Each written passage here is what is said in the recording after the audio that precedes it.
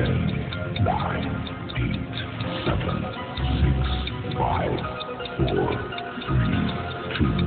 1, 0.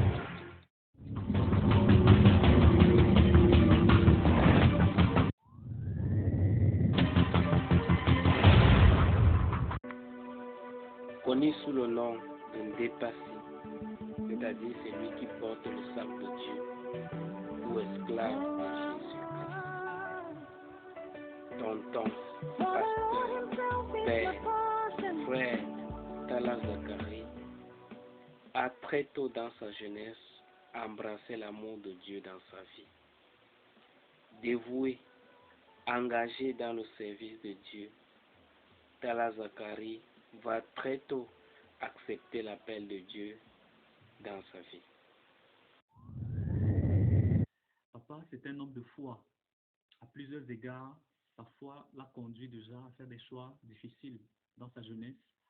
Il a renoncé à poursuivre les ambitions, les grandes ambitions de devenir grand dans ce monde pour choisir la position de celui qui sert les autres en se mettant au service de Dieu, en répondant à l'appel au ministère qui l'a conduit à devenir pasteur.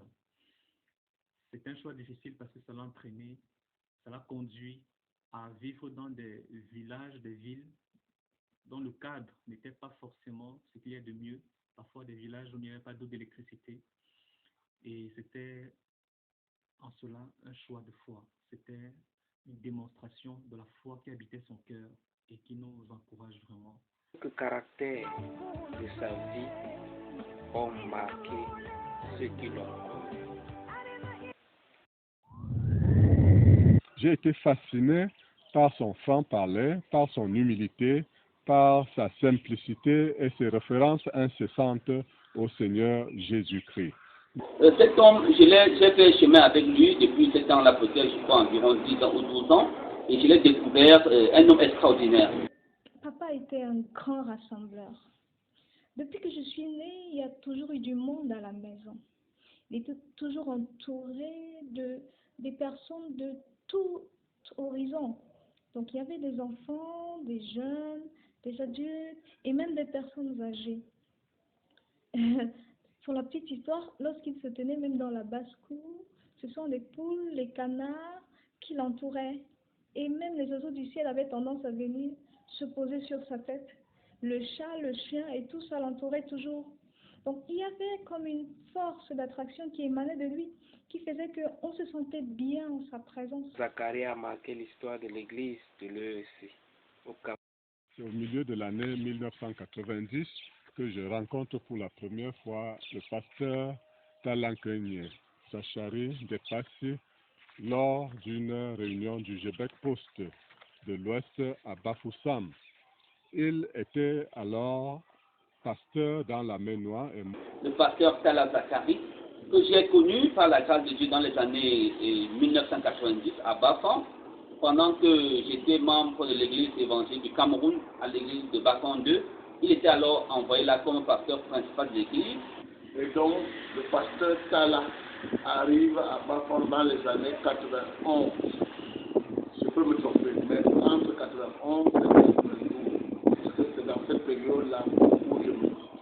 Il arrive à Bafan quand nous sommes à l'église évangélique du Cameroun. Nous y sommes membres.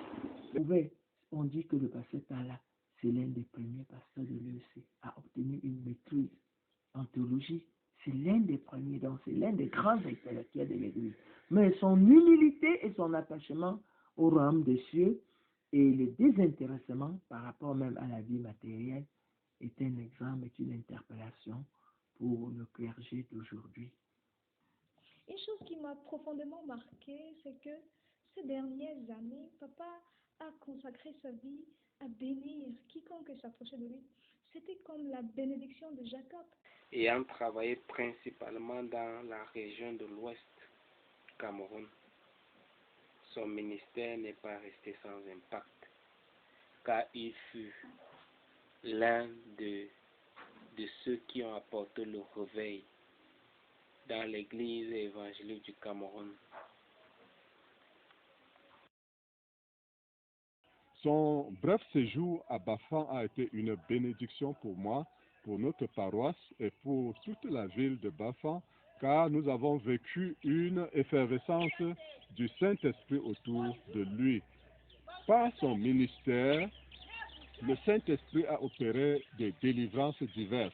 Je peux citer des jeunes filles qui ont abandonné la prostitution par son ministère et qui continuent jusqu'à ce jour à servir le Seigneur Jésus-Christ.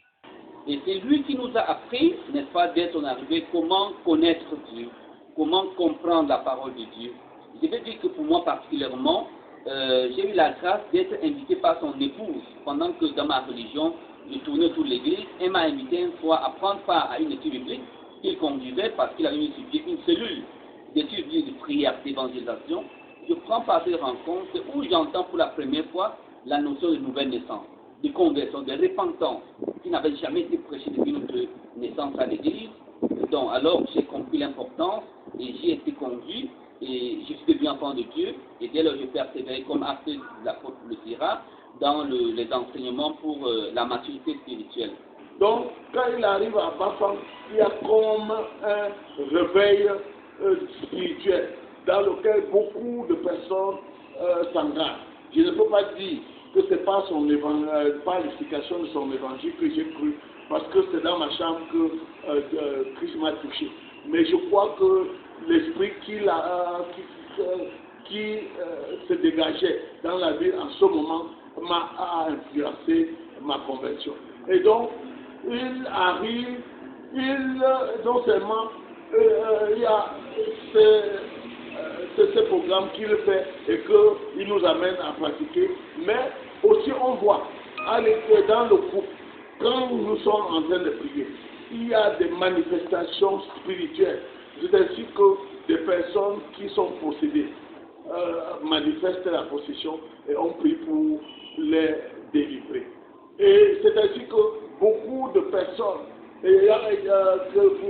qui étaient membres de l'Église et qui souffraient dans les chairs à cause de certains problèmes spirituels ont connu leur délivrance, au point que certains qui étaient même déjà avancés en âge ont repris, qui étaient perturbés par le fait que les esprits ne les laissaient pas tranquilles pour qu'ils continuent les études.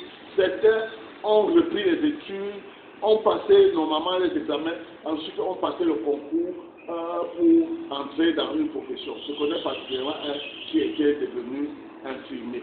Il n'était pas un prédicateur éloquent, mais le Saint-Esprit utilisait son bégaiement partout où il passait pour susciter des fruits à la gloire du Père. Amen. Amoureux de la parole de Dieu, il chantait souvent ses cantiques.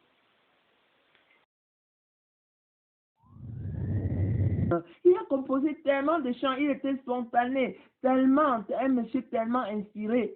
Et on ne peut. Quand je lis la Bible, Jésus-Christ me parle. Jésus-Christ est bon, il est bon pour moi. Et oui, Jésus-Christ est bon, Jésus-Christ est bon. Jésus-Christ est bon, il est bon pour moi. Frères et sœurs, le Seigneur est vraiment merveilleux. J'aime papa, amen. J'aime papa, amen. J'aime tout le monde, amen. Amen, amen. J'aime mon frère, amen. J'aime mon frère, amen. J'aime mon frère, amen. Amen. Amen. Ça, c'était la chanson que Papa Zacharie chantait chaque fois chez nous à la maison, quand j'étais encore petit. Il n'a pas seulement été un bon pasteur, mais aussi un bon père et un bon beau-père. Dalla Zacharie était un homme, un consolateur, un homme plein d'espoir dans la vie céleste. Il est resté attaché à la parole de Dieu jusqu'à la fin de ses jours. grand homme nous a dit. Un berger nous a laissé le commandement, le bâton de commandement. Sa vie est un modèle pour nous futurs. Si c'était toi, si c'était vous, quel bilan ferons-nous de notre service avec le Seigneur? Quel témoignage donneront ceux qui nous ont connus? Comment avons-nous impacté leur vie? Que la vie de Tala Zakari, alias dépassé,